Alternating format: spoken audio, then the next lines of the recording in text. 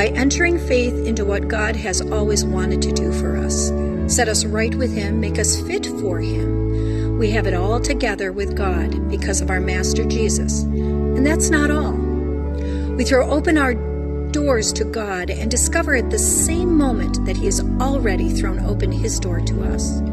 We find ourselves standing where we always hoped we might stand, out in the wide open spaces of God's grace and glory, standing tall and shouting our praise.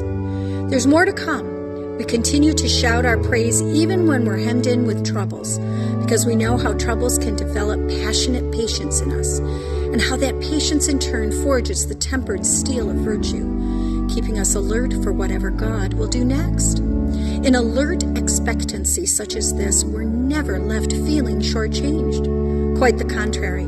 We can't round up enough containers to hold everything God generously pours into our lives through the Holy Spirit. Christ arrives right on time to make this happen. He didn't and doesn't wait for us to get ready. He presented Himself for this sacrificial death when we were far too weak and rebellious to do anything to get ourselves ready. And even if we hadn't been so weak, we wouldn't have known what to do anyway.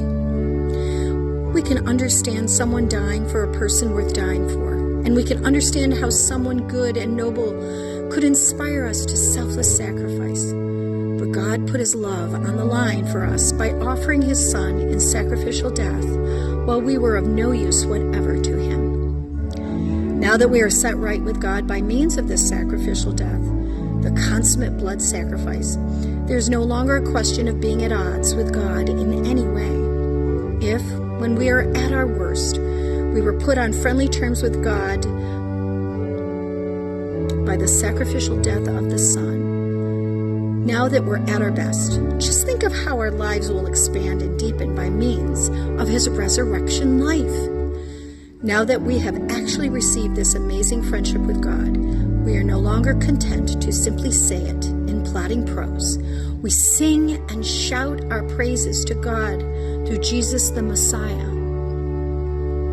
Blessed assurance, for Jesus is ours. The words of Paul, written to the Romans so long ago, and paraphrased by Eugene Peterson in The Message, gives us courage, strength, and knowledge to be able to meet each day, knowing that we are not alone, even in these times of loneliness and concern. May we all feel the love of God, where two or more are gathered, in body, in spirit, in mind, in heart. Let us remember that we are together with God.